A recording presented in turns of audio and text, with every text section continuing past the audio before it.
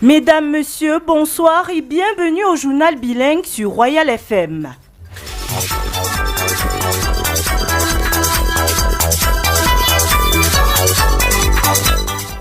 Je suis en compagnie d'Ivan Jobati. Good evening. Good evening to you, Francine Ateba. Hello to everyone. Let's dive into our main points. Coup de filet à Bertois, la gendarmerie nationale sous la conduite du commandant Ventimi sécurise la zone de Beta-Beoya en procédant à l'arrestation de 10 trafiquants de drogue. «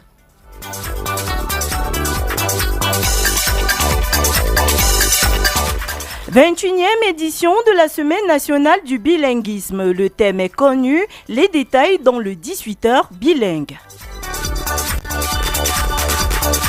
And in sports, Force Army, a police women's basketball team have marked a significant win over Onyx of Yaoundé in the regional derby over the weekend during match day 3 and 4. Catch all the details in this newscast. Please stay with us. The first part of the news with you, Francine Ateba. 43 motos interpellées sont pièces afférentes à la circulation. Une importante quantité de drogue, 3 armes de chasse, des médicaments prohibés. Tel est le résultat de l'opération Tentacule qui porte des fruits avec l'arrestation de 4 présumés preneurs d'otages à Beta-Beoya dans la ville de Bertois sous la conduite d'Albert Axel Ventimi, commandant de la gendarmerie de Bertois. Ces spécialistes d'enlèvement avec demande de rançon ont été mis hors état de nuire. Leur dernier forfait était l'enlèvement d'Amadou Issa, âgé de 16 ans, retrouvé mort. Placé sous le thème de l'intelligence artificielle au service du bilinguisme, la 21e édition de la Semaine nationale du bilinguisme se veut un cadre de renforcement de la maîtrise des 2 langues officielles du Cameroun, socle de l'unité nationale. Le lancement a eu lieu ce 1er février à Edea, dans la Sanaga maritime, sous la houlette du professeur Pauline Nalova-Lyonga, ministre des Enseignements secondaires. Mutuelle d'assistance et de solidarité. Les mutualistes bénéficiaires, lors du tirage au sort de l'acte 5 du matériel roulant, notamment des véhicules taxis, ont reçu leur lot vendredi dernier. C'était au cours d'une cérémonie officielle tenue à l'agence Renapro Finance SA de Mimoman. Voici le compte rendu avec Bertrand Bois. Ferveur populaire, ce 30 janvier 2026, à l'agence Renaprove Finance SA de Mimboman, dans l'arrondissement de Yaoundé 4e, les mutualistes bénéficiaires, lors du tirage au sort de l'acte 5 de la Masso, reçoivent en toute quiétude le matériel roulant essentiellement constitué des véhicules taxis flambant neufs. Fongue Moïse, le sentiment qui m'anime ce jour, c'est un sentiment de satisfaction. Après avoir espéré, aujourd'hui je suis bénéficiaire d'un taxi.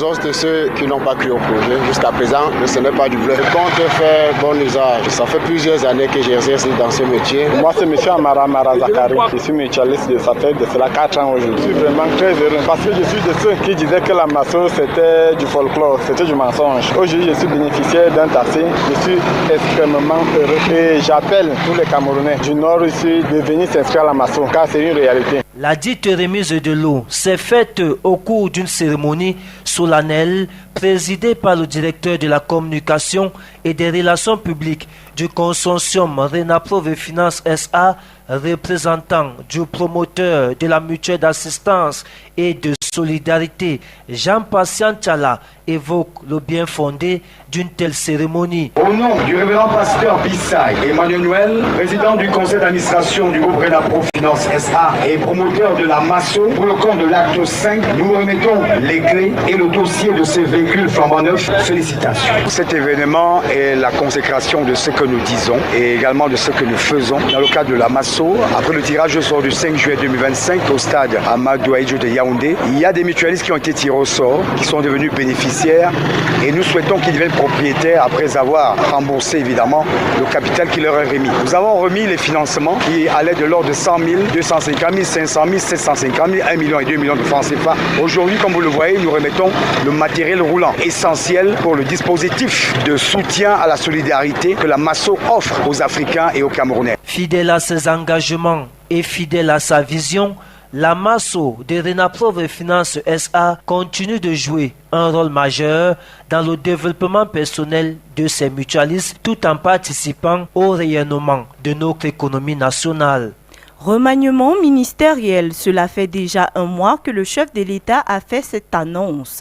Et depuis lors, les attentes des citoyens sont partagées sur le respect ou non de cette promesse présidentielle. Reportage de Florent Goyam, chef d'ex de la brigade des reportages à Royal FM.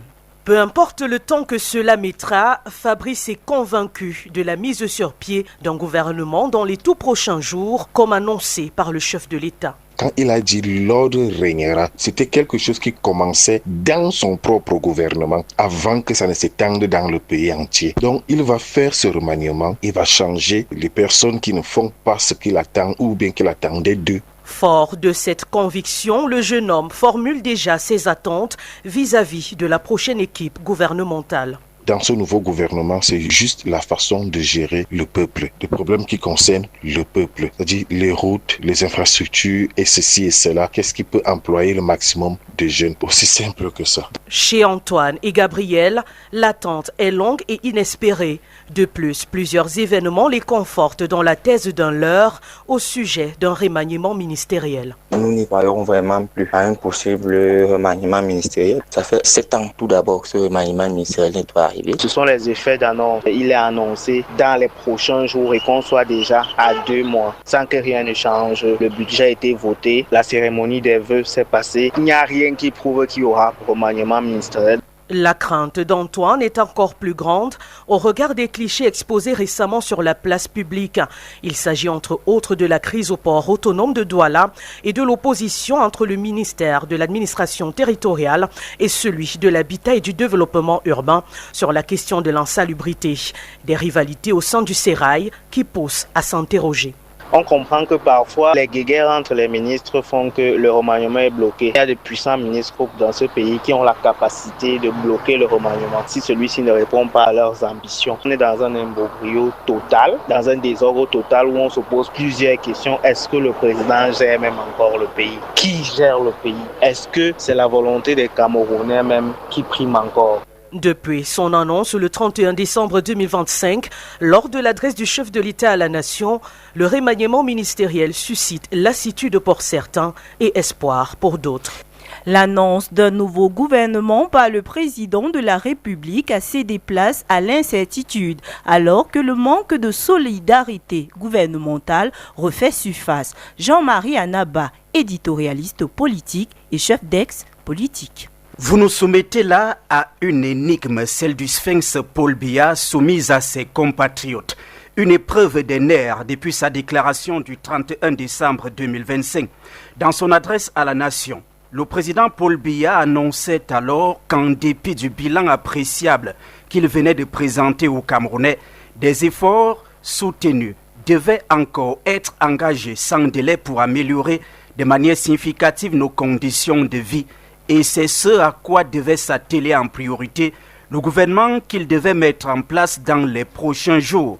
Comme un pavé jeté dans la mare, les fameux prochains jours ont fini par accoucher 1 mois et 2 jours, offrant des tournées et des céphalées aux Camerounais qui, à côté de leurs conditions de vie difficiles, se nourrissent du chapelet des faits divers et de la chronique du manque de solidarité gouvernementale animée par l'équipe Joseph Diongouté au sujet de l'insalubrité, du mauvais état des routes ou encore de l'affaire du scanning des marchés au port autonome de Douala. Des faits qui traduisent l'état d'un pays qui frôle l'ingouvernabilité. Alors que le président de la République réélu est entré en fonction depuis sa prestation de serment, s'il ne s'agit pas là d'un cheval de Troie pour une dernière évaluation de ses membres du gouvernement, les prochains jours sont désormais partagés entre tractation, distraction et détraction. Face au silence présidentiel, Le professeur Jacques Famendongo, secrétaire à la communication du Rassemblement démocratique du peuple camerounais, parle d'un discours de la méthode dans son exégèse publié le 2 janvier 2026, convoquant au passage l'OTAN du président. Mais jusqu'à quand donc? Certainement que la longue attente est due aux critères édictés par le chef de l'État qui a parlé d'un gouvernement qui tiendra compte de 4 variables clés: qualification, compétence, probité et engagement au service de l'intérêt général. Nous attendons le gouvernement, un gouvernement qui devra simplement implémenter la politique de la nation définie par le président de la République. Arcane judiciaire, comprendre le phénomène de récidive, des repris de justice, tout pas d'un constat de tous les gangs de présumés braqueurs et autres malfaiteurs démantelés par des services compétents et présentés à la presse. La majorité sont des repris de justice. Qu'est-ce qu'un repris de justice? Pourquoi retombe-t-il souvent dans les mêmes travers? 2 experts éclairent la lanterne. Dani Lisette Ambassa. Sur des pancartes qu'ils arborent habituellement pendant les différentes présentations, on peut lire des écriteaux. Bernardo alias le requin, Yaouba alias l'épée de guerre ou encore Atango alias le tombeau. Des personnages au visage protégé devant le petit écran qui sont des membres de gangs de braqueurs et autres agresseurs, en majorité des repris de justice. Un repris de justice, c'est quelqu'un qui a déjà été plus d'une fois entre les mailles de la justice, qui a très souvent fait l'objet d'une condamnation pour des faits graves. Et la justice a jugé nécessaire de ne pas le laisser en liberté ou en divagation et de le tenir sous la main de la justice et par conséquent dans une maison d'arrêt. Georges Ameke est juriste. Ces personnes ont donc déjà eu à séjourner dans un pénitencier et ont du mal à se resocialiser, mais partagent le quotidien des hommes et femmes dits honnêtes. Malheureusement, s'illustrent dans la récidive. Il répond à un même travers parce qu'une fois en prison, il n'a pas perçu la gravité des actes qu'il a commis, il n'a pas pu se repentir, il n'a pas pu se réconcilier avec la société. Parfois, c'est des gens qui se considèrent abusivement condamnés et dès qu'ils sont libérés, au lieu de le faire à main honorable, estiment qu'ils doivent prendre la revanche sur la société qui les a indûment conduits en prison. Le défaut de réinsertion fait qu'ils finissent par faire ce qu'ils connaissent faire, c'est-à-dire les larcins, les vols, les agressions. Sur un tout autre pan psychosociologique, l'expert du domaine Samuel Billon soutient qu'au-delà des difficultés de réinsertion socio-professionnelle qui incluent le manque de formation, de qualification, il y a la stigmatisation. Lié au casier judiciaire qui rend donc l'accès à l'emploi très difficile. Vous avez passé du temps en prison, votre casier judiciaire est sale et donc vous n'avez pas beaucoup de chances pour être recruté. À cela, on peut ajouter, selon le psychosociologue Samuel Billon, les conditions de détention et de désocialisation. La prison elle-même pouvant agir comme une école du crime. En prison, il y a des fréquentations délinquantes qui parfois arrivent à rompre les liens familiaux et sociaux de la personne qui séjourne dans ce milieu-là. La récidive de ces personnes étant souvent liée à des addictions de drogue et d'alcool, des problèmes de santé mentale non pris en charge à la sortie, ceci pourrait aussi expliquer la situation de ces anciens prisonniers.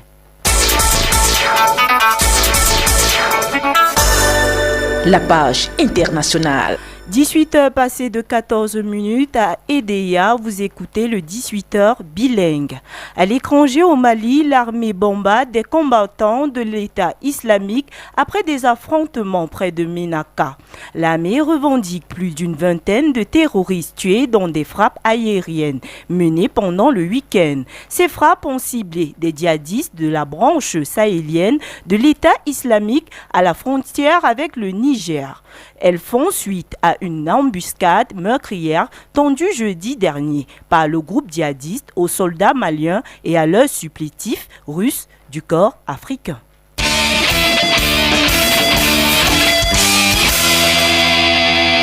La page sportive. Fédération camerounaise de lutte, 2 assemblées générales se sont déroulées ce week-end. Une à destituer le président Issa Pia et l'autre assemblée réunissait les 2 tiers des membres de la dite assemblée. Et s'est tenue samedi dernier. Akrim Emmanuel a été désigné à l'unanimité comme président. Il est à noter que les employés du ministère des Sports ont répondu présents à cette assise. the second part of the news in the English language with Evans Williams Njobati. Dear listeners, thanks for staying with us. We begin in education, where the Minister of Secondary Education, Professor Pauline Naloval-Lyonga, has today launched the 21st edition of the National Bilingualism Week. The official ceremony, which took place earlier today in Edea in the Sanaga Maritime Division of the Littoral Region, went on under the theme Artificial Intelligence at the Service of Bilingualism. Here is an excerpt of MINSEC during the launch. The deviance that you're seeing from children, it's only going to become worse and worse. What does this mean? It means that you, the parents, and we, the teachers, have to sit up and keep our thinking caps so that we meet the children at every line. The children of today are cleverer and cleverer and cleverer. We are likely to take what the Dictionary Council says, or we are not. So read what the Dictionary Councils have said. MINESEC is going to look at what they have done, and we shall also decide what we think should be their due. Meantime, teachers recruited into the public service in August 2024 have raised concerns over the prolonged delay in the issuance of their matricle numbers, a situation they say is causing serious financial and psychological hardship. In a complaint addressed to the Ministries of Basic Education as well as that of the Public Service and Administrative Reforms, these affected teachers say they officially assumed duty on the 9th of September 2024 and have since been actively working in their respective schools. The teachers are now appealing to the competent authorities to act swiftly and regularize their situation and ensure that their services are duly recognized. From there, we move into politics to say the announcement of a government reshuffle by President Paul Biya in his December 31st, 2025 speech to the nation has been pending for a month now. The silence observed by Cameroonians after this revelation has raised so many questions regarding their expectations and enthusiasm for a new government. To this effect, our reporter Glory Ngange interviewed some citizens and compiled their reactions in this report. Since the announcement for the formation of a new government by the head of state, millions of citizens have been projecting how the new cabinet will look like, but the wait for the presidential action is getting longer than expected, as these Cameroonians voice out. 1 month back, nothing has been realized. Young Cameroonians will be asking what will he tell them on the 10th of February 2026 when 2 striking promises have been made without any being accomplished. President Paul Biya said what all Cameroonians were waiting for him to say. Even though we were waiting for him to do something, he instead said something, but he's not doing it. The declaration, which was the first in his ongoing more than 43 years of leadership, took Cameroonians by surprise, and many, like Godwill, are hoping that the reshufflement will also come as a surprise. The president is a man of surprises, a man of wisdom, and he often does things in a fashion that nobody expects. It came first of all as a surprise that for the first time he announced that there was going to be a cabinet reshufflement. Following that line of being unpredictable, he is keeping people on their toes and doesn't want people to know exactly when the cabinet reshufflement is going to take place. But I believe that eventually it's going to take place. To others, the long wait is a reflection of a government that is used to acting beyond deadlines and most at times do not act at all. He has played his role as head of state of this country for the past 4 decades. It is time for him to quit the scene. A 94-year-old man cannot think normally like you and I, as we see at the moment. I can only say that it is God that is governing this country. It shows how slow we are in taking decisions, how slow we are in executing the decisions that we take. We have to get up from slumber and act. Among the several promises made by President Paul Biya in his end of 2025 address to Cameroonians, the new government has been on the lips of citizens, as the head of state highlighted it was a real commitment to improve their living conditions.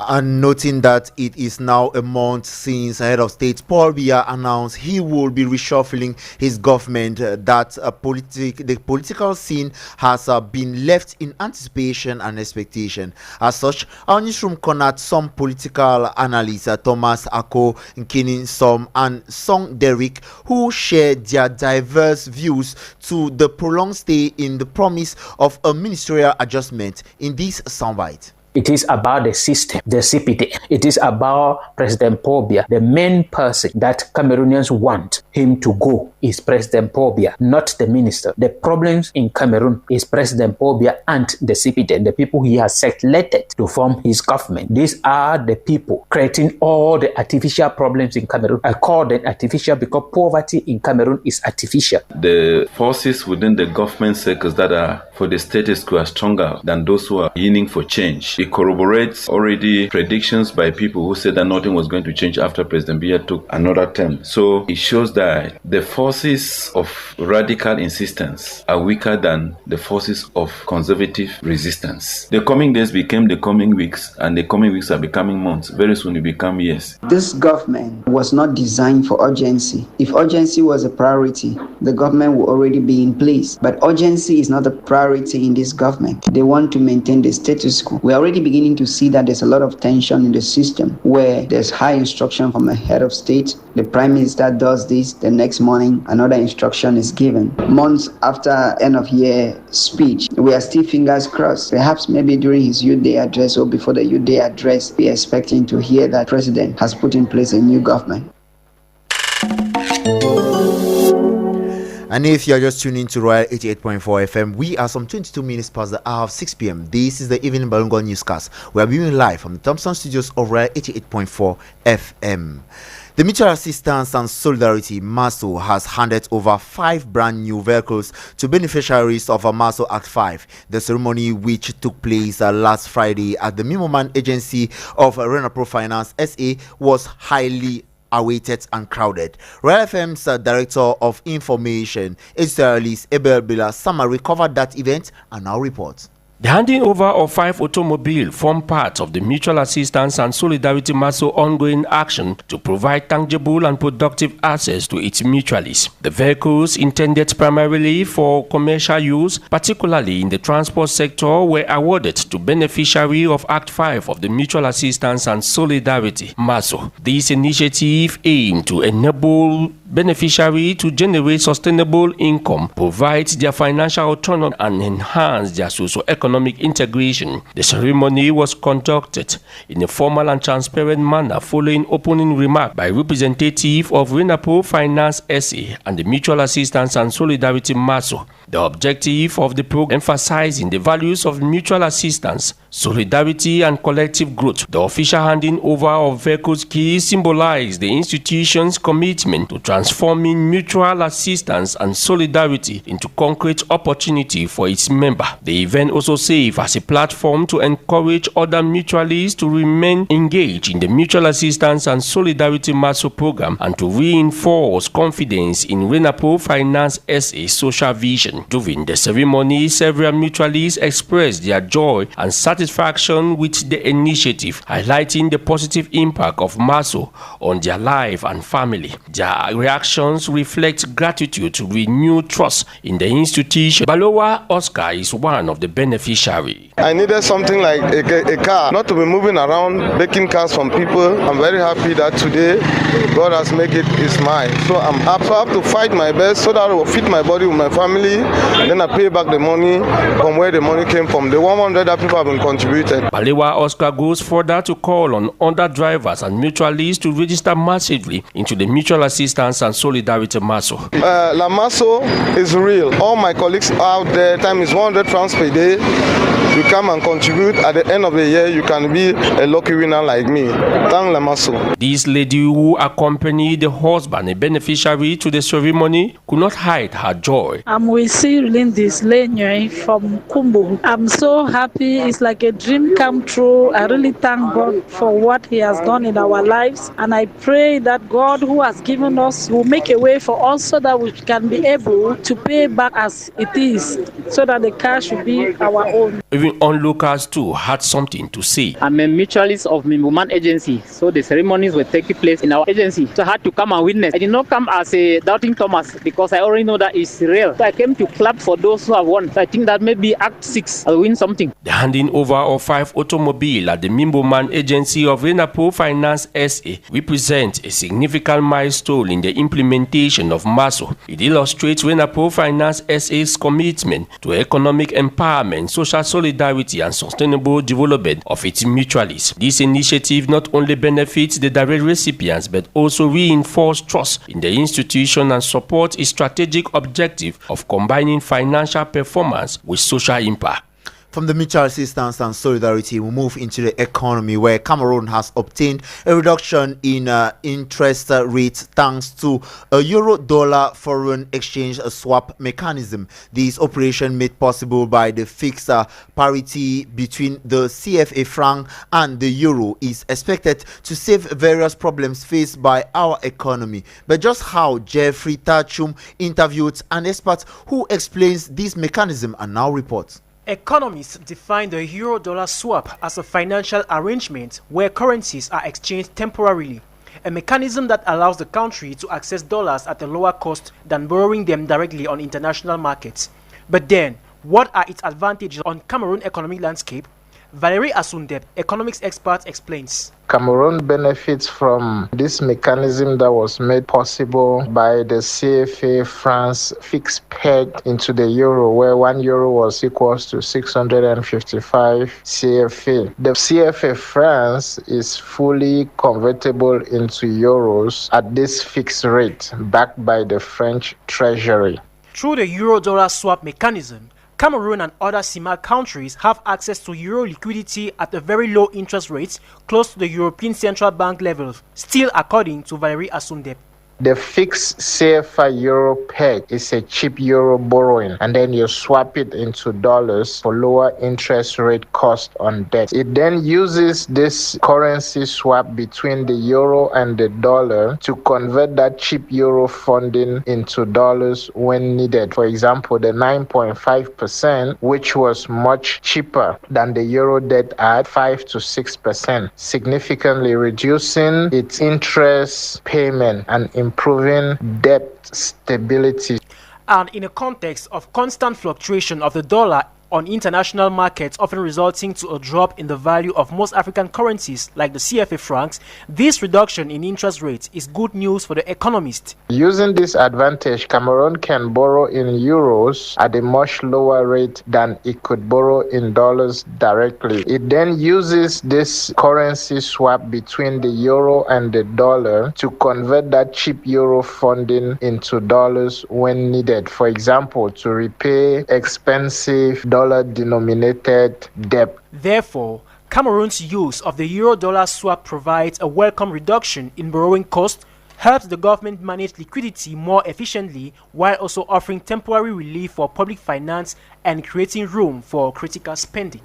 Meantime, the annual conference of officials of the Ministry of Agriculture and Rural Development has just ended in Yaoundé today with aims of ameliorating the agriculture and rural sector of the country. The Minister of Agriculture and Rural Development, Gabriel Barobi, during the conference stressed on the import substitution policy as well as the perspective for the year 2026. Take a listen to him. This conference is very important for us to make an overview of what we have done in 2025. 2026 is the last year of the presidential plan of import substitution. And in terms of import substitution, we have some challenges in the subsector of agriculture in terms of production of rice. We now move into the society, where a dramatic scene that unfolded in a marital home in Yaoundé has gone viral, where a woman is seen violently assaulting a naked woman, allegedly her husband's mistress, after she cut them into the act on their matrimonial bed. The incident raised questions about how the Cameroon law handles crimes of passion, adultery, and assault. Our reporter Ngang Nadesh had a chat with a legal mind and put together the following report. According to Nelson Lambris, the initial focus falls on the individual who recorded and disseminated the video, which is a breach of privacy laws. First thing first is who actually sent the video viral on social media. If that person is being discovered, I think the law is going to take its course in order to punish that person, because it is known in legal terms as public insanity. And if this person is being discovered, then the person will be punished accordingly.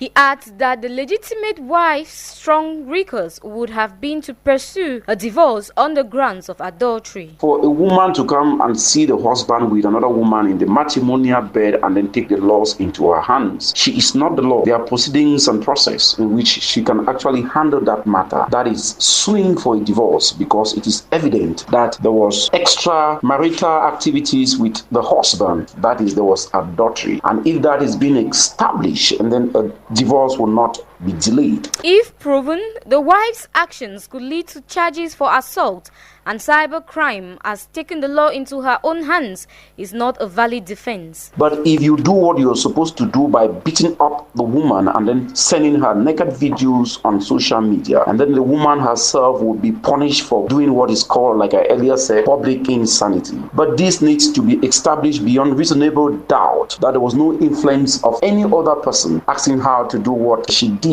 Barrister Nelson Lambris concludes by adding that the man involved is not exempted from consequences, as his actions are liable to civil liabilities. And then the husband too will be punished for committing adultery, but it will not be a criminal act but a civil act, and the punishment can only be the pronouncement of a divorce. Social media has become a breeding ground for public spectacle, underscoring how it accelerates the spread of raw, unfiltered content. And without transition, we move directly to sports to say the Senior Women's National Basketball Championship intensified over the weekend as 8 teams took to the court for match day 3 and 4. The standout performer of the weekend was FAP Force Army, a police crew crush to 76-19 victory over Onyx on match day 3rd.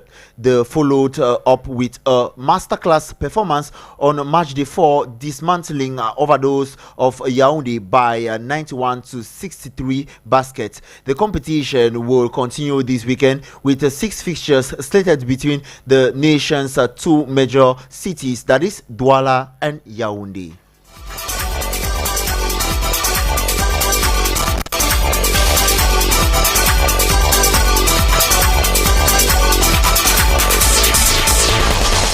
And it is on that note we end this 6 p.m. Bilingue News. More information will be for you during the 8 a.m. tomorrow. The team keeping you company is comprised of Ulrich Kemwe, who handled the technical dashboard, video editing on our Facebook and YouTube live pages. We had Brian Bida and Boris Tedogmo. Production assistance was conducted by Doreen Bimi and Jeffrey Tachum. News editing Bertrand Wana Mapala Zita Itera. Coaching Ebebela Samari. Coordination Roger Kiek.